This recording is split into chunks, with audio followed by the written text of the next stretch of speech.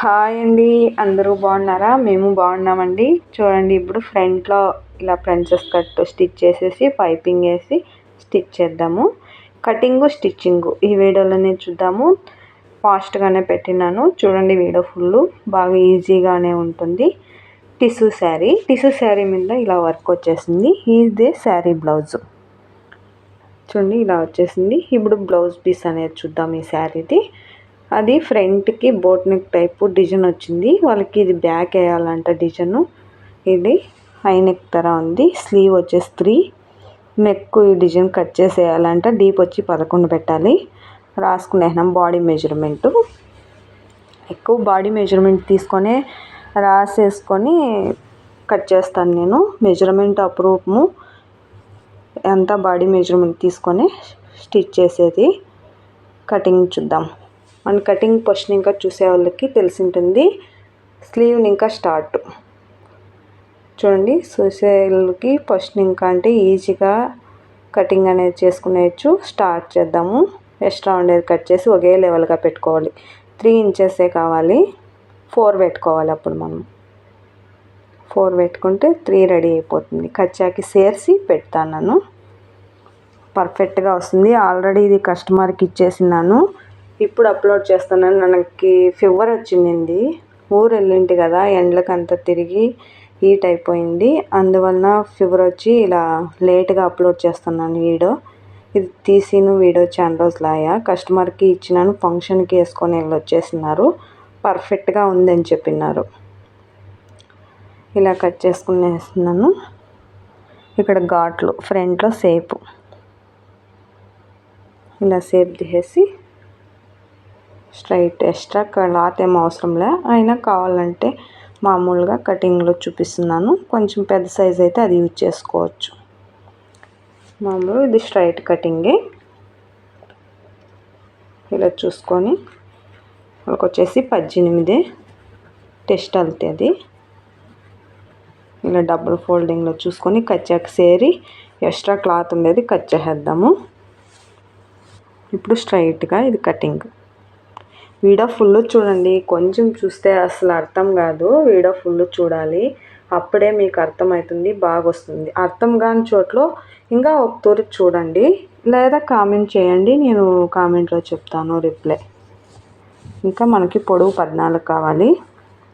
అప్పుడు 14.5. ఎందుకంటే డౌన్లో ఆల్రెడీ ఒక ఇంచి వదులుకున్నాను కదా కచ్చా కోసము. అది వదిలి 14.5 పెట్టేస్తున్నాను. హాఫ్ ఇంచి మటుకే షోల్డర్ కాడ డాట్ పట్టేకి. ఇప్పుడు ఇలా ఫోల్డ్ చేసేస్తున్నాను. మనకి చూడండి 4 పీసులు అవుతుంది.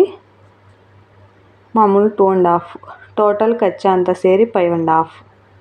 షోల్డర్ డీప్ వచ్చి వాళ్ళకి 8 కావాలి.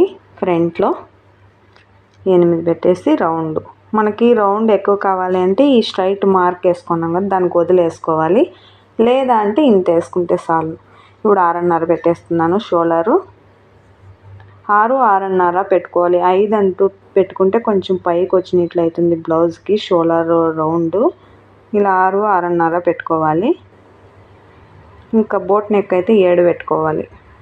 ఇప్పుడు మనకు చూడండి, షోల్డర్ టెస్ట్ కరెక్ట్గా ఉంది అంటే అస్సలు బ్లౌజ్ ప్రాబ్లం రాదు, పర్ఫెక్ట్గా ఉంటుంది. ఎక్స్ట్రా కోసము కచ్చా మనకి ఏమన్నా కరెక్ట్గా రాలేదు టెస్ట్ కాడ, ఇక్కడ ఆర్మోల్ అంటే కొంచెము డౌన్కి అప్పుకి వేసుకోవాలి. ఇది ప్రిన్సెస్ కట్ కదా, ఇది కూడాను అంతే. చూడండి, షోల్డర్ నుంచి డౌన్కి 5.5 6కి వేసుకొని అక్కడ కట్ చేయాలి. అది టెస్ట్ సెంటరు 10.5 పెట్టేస్తున్నాను. 10.5 ఎందుకంటే హాఫ్ ఇంచి షోల్డర్ కాడ పట్టుకుంటాం కదా, హాఫ్ ఇంచి వెళ్తుంది. కరెక్ట్ మెజర్మెంట్ వచ్చేస్తుంది. మనము కావాలి అంటే ఇంకొంచెం ఎక్స్ట్రా వేసుకోవాలి. లేదు మా మీడియం సార్లు ఉంటే మనం దీనికే కట్ చేసుకోవాలి. చూపిస్తున్నాను.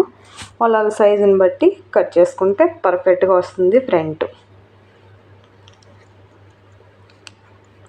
ఇది ఆర్మోల్ వచ్చేసి 4 పీసులు కట్ చేసేస్తున్నాను. ఫ్రంట్ మటుకే సేప్ దిద్దాము. ఇక్కడ రెడీ ఇది ఘాట్ ఫ్రంట్ సేప్. ఇప్పుడు బ్యాక్ కట్ చేసి ఫ్రంట్లో కట్ చేద్దాము. ఫస్ట్ అయినా జాయింట్ చేసి తర్వాత ఇట్లా సపరేట్ చేసుకోవచ్చు. మనకి ఇది నెట్టెడ్ క్లాత్ తర ఉంటుంది కాబట్టి సపరేట్గా కచ్చలోగా కలిపి ప్యాడెడ్ వేసుకోవాలి. అందువలన సపరేట్ చేసేస్తున్నాను. బ్యాక్ డీప్ది ఇప్పుడు చూడండి సపరేట్ చేసేద్దాం. ఇలా కట్ చేసుకొని కొంచెం సేపు ఇలా ఇది ఇక్కడ చూడండి ఇలా సన్నగా రావాలి. అటుకొచ్చేలకు పర్ఫెక్ట్గా వచ్చేస్తుంది. చూడండి ఇంత మటుకే నేను కట్ చేస్తున్నాను. 1.5 ఇంచు వస్తుంది. అది మనము డాట్ పడతాం కదా 2 ఇంచులు 2.5 అలా ఇది 1.5 కట్ చేసి మీడియం సైజు. ఇప్పుడు చూడండి ఇది స్లీవ్లు కట్ చేస్తున్నాను. ఫస్ట్ ఈ వర్క్ మటుకే వస్తుంది. వర్క్ ఇలా వచ్చేస్తుంది అంతే. ఇలా వర్క్ వస్తుంది. కింద ఉండేది రాదు డిజైను. ఆ స్లీవ్ పొడవు అంతే ఉండేది. దానికి పైపింగ్ అనేది వేసుకునేద్దాము.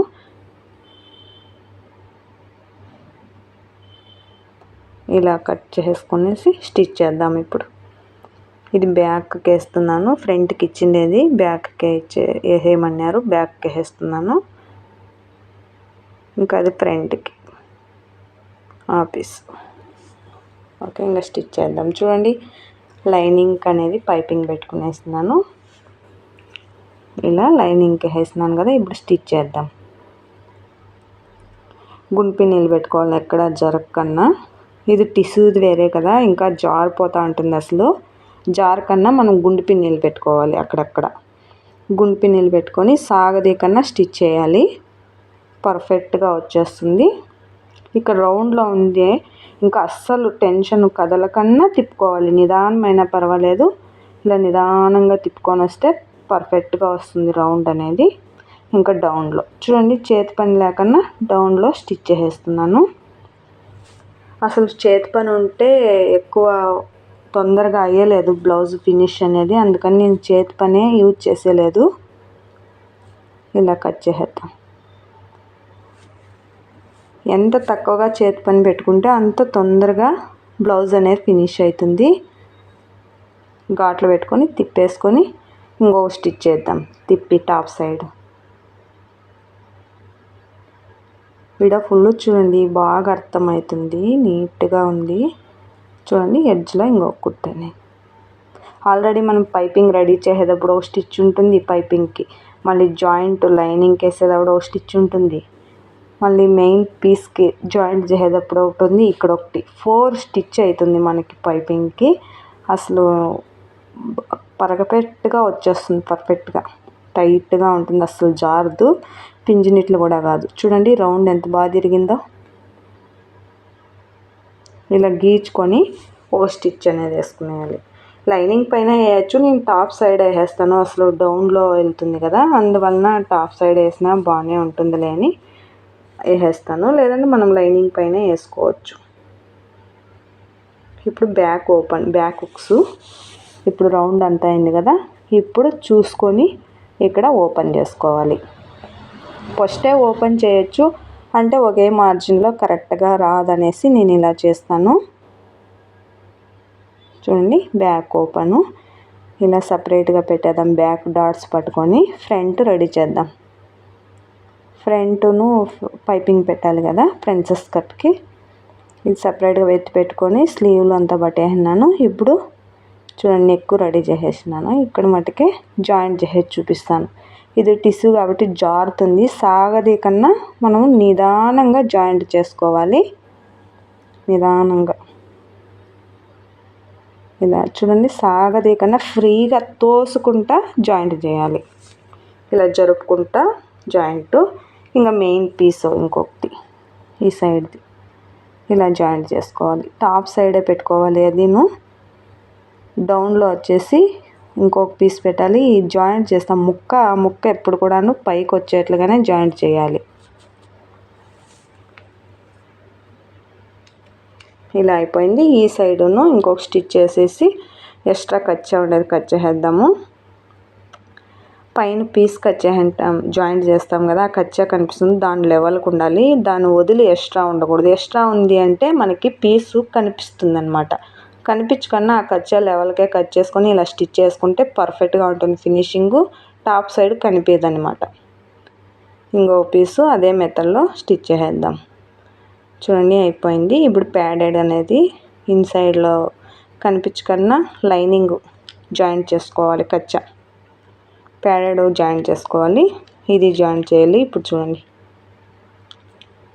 లైనింగ్ సపరేట్గా ఆ కచ్చా అనేది టాప్ సైడ్ కనిపించకుండా పర్ఫెక్ట్గా వస్తుంది.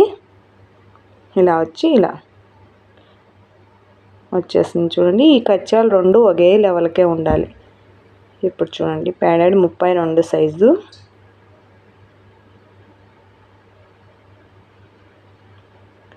ఇలా అయిపోయిన తర్వాత పెట్టి చూసి కొంచెం కనిపిస్తుంది, అందుకే లైనింగ్ అతికించుకున్నాం.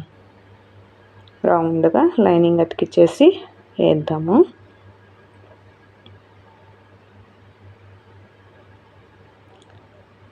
మనము ఒక్కొక్క దానికి ఒక్కొక్క తర చేంజ్ చేసుకుంటా స్టిచ్ చేయాలి. అన్ని దాంట్లకి ఒకే మాదిరి వేసుకుంటా వెళ్ళకూడదు. మనకి ఎంత వీలు అవుతుందో ఈజీగా అంతగా ట్రై చేసి స్టిచ్ చేయాలి. చూడండి ఇది వచ్చేసి షోల్డర్ నుంచి 10.5 పెట్టుకోవాలి. 10.5 దగ్గర ఈ ప్యాడ్ అనేది వేసుకోవాలి. 10 ఇంచులు కరెక్ట్గా అనేది వస్తుంది. మనకి షోల్డర్ కాడ 1/2 ఇంచ్ వెళ్తుంది కదా, అందువలన 10.5 వచ్చే కాడ మార్క్ వేసుకొని ఇలా పెట్టుకొని చెక్ చేసి కరెక్ట్ ఉందా అంటే ఇప్పుడు జాయింట్ వేయాలి. చూడండి జాయింట్ వేసుకోవాలి. ఇప్పుడు 2 జాయింట్ వేసి లైనింగ్ అతికిచ్చేద్దాం. అప్పుడు లోగాకి వెళ్ళిపోతుంది, పర్ఫెక్ట్గా వచ్చేస్తుంది.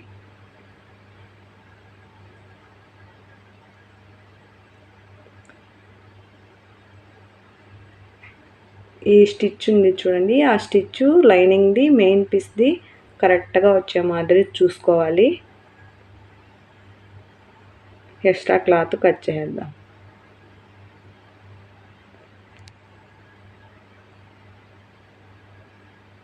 ఫస్ట్ టైం ఫ్రంట్లో పైపింగ్ ఇచ్చి ఇలా జారే క్లాత్కి అనేది స్టిచ్ చేస్తున్నాను నేను.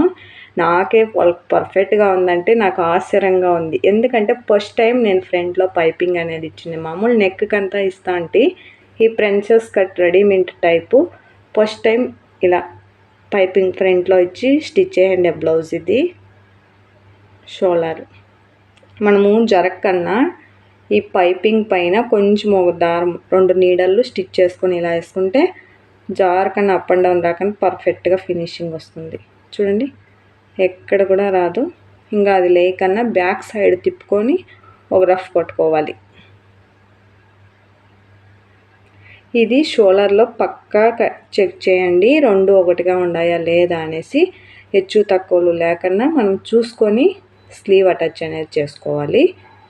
చూడండి అది ఎందుకంటే అది ఒక తూరి మనం నెక్లు పైపింగ్ కట్టేటప్పుడు ఒక సైడ్ ఏమన్నా జాస్తి మార్జిన్, ఒక సైడ్ ఏమన్నా తక్కువ మార్జిన్ పట్టినామనుకో అప్ అండ్ డౌన్ అనేది వస్తుంది. ఆ అప్ అండ్ డౌన్ రాకుండా పర్ఫెక్ట్గా ఉండాలి అంటే లాస్ట్లో స్లీవ్ అటాచ్ చేసేటప్పుడు ఒక తూరి చెక్ చేసుకోవాలి. చెక్ చేసుకొని స్లీవ్ అటాచ్ చేస్తే పర్ఫెక్ట్ ఫినిషింగ్ వస్తుంది.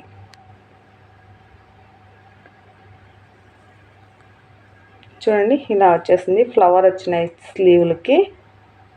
ఇంకా బ్యాక్ ఫ్రంట్లో కాదు బ్యాక్ హుక్స్ కాబట్టి మనము ఈ సైడ్ వచ్చేసి హుక్స్ వేస్తున్నాను.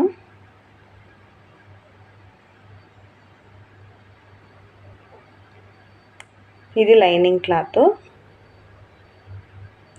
ఇంకొకటి మెయిన్ పీస్కి వేద్దాము, అది మెయిన్ పీస్ వేద్దాము. ఇది లైనింగ్ క్లాత్ వేస్తున్నాను హుక్స్కి. కాజాకి వచ్చి మెయిన్ పీస్ వేయాలి.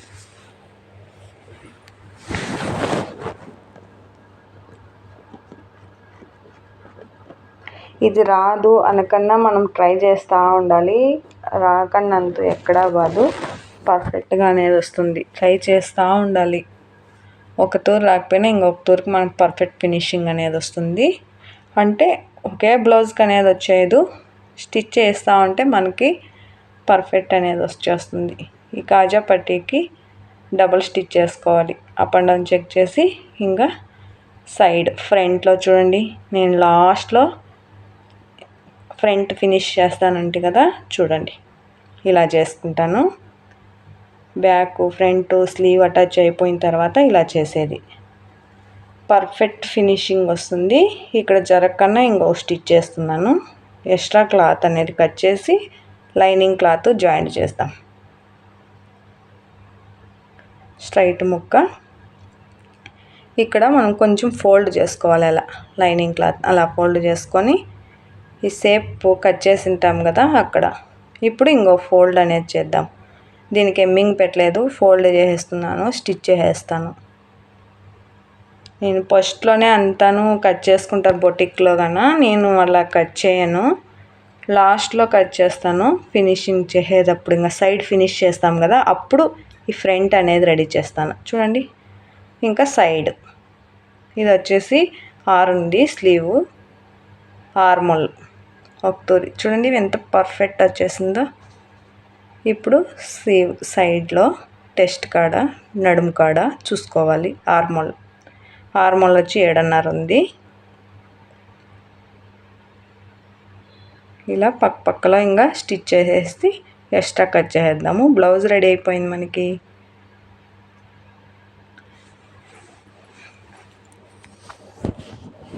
ఎలా వచ్చిందో ఒకసారి కామెంట్ చేయండి. ఇంత కష్టపడి నేను వీడియోస్ చేస్తున్నానా, ఒక్క పాజిటివ్ కానీ నెగిటివ్ కానీ ఒక కామెంట్ రిప్లై అయ్యారు. మీకు అర్థమైందా లేదా, మీరు వీడియో చూస్తున్నారా లేదా అని కూడా తెలియలేదు నాకు. ఒకసారి కామెంట్ చేయండి. చూడండి ఇలా వచ్చేసింది మన బ్లౌజు. కస్టమర్ కూడా పర్ఫెక్ట్గా ఉంది, అంత నమ్మకంగా నేను చెప్తున్నాను. ఇంకా డోరీ అనేది రెడీ చేసేద్దాము. ఎంత జారే క్లాత్ అయినా కూడా ఎంత పర్ఫెక్ట్గా వచ్చిందో చూడండి. పైపింగు జారకన్నా ఉండేది చేసేది పెద్ద సమస్య ఏం కాదు. ఇలా జారే క్లాత్లు చేసేదే ఒక ఇది పిసు వేరే జారిపోతుంది, అంత పర్ఫెక్ట్గా వచ్చింది. ఈ డోరీస్ అంతా చేసేది ఇప్పుడు భలే ఖుషీగా ఉంది నాకు. డోరీ రెడీ చేసేది తీసుకున్నానని చెప్తే కదా, 120 రూపీస్ పోయినా పర్వాలేదు, అంత ఈజీగా డోరీస్ రెడీ చేసేస్తున్నాను. లేదంటే రెడీమేడ్ తెచ్చి దానికి మ్యాచింగ్ చూసి ఎంత టైం పడుతుందా. ఇప్పుడు డోరీస్ ఇలా వచ్చేసిందండి. బాగుందా? శారీ కలర్ ఎలా ఉందో చూడండి. కస్టమర్ కూడా బాగా కుట్టినారు. కొత్త కస్టమర్ వేరే, వీళ్ళు హిందీ వాళ్ళు. చూడండి ఇలా వచ్చేసింది. ఓకే, వీడియో చూసినాను. Thank you. ఎలా ఉందో ఒకటి ట్రై చేసి కామెంట్ చేయండి. Thank you.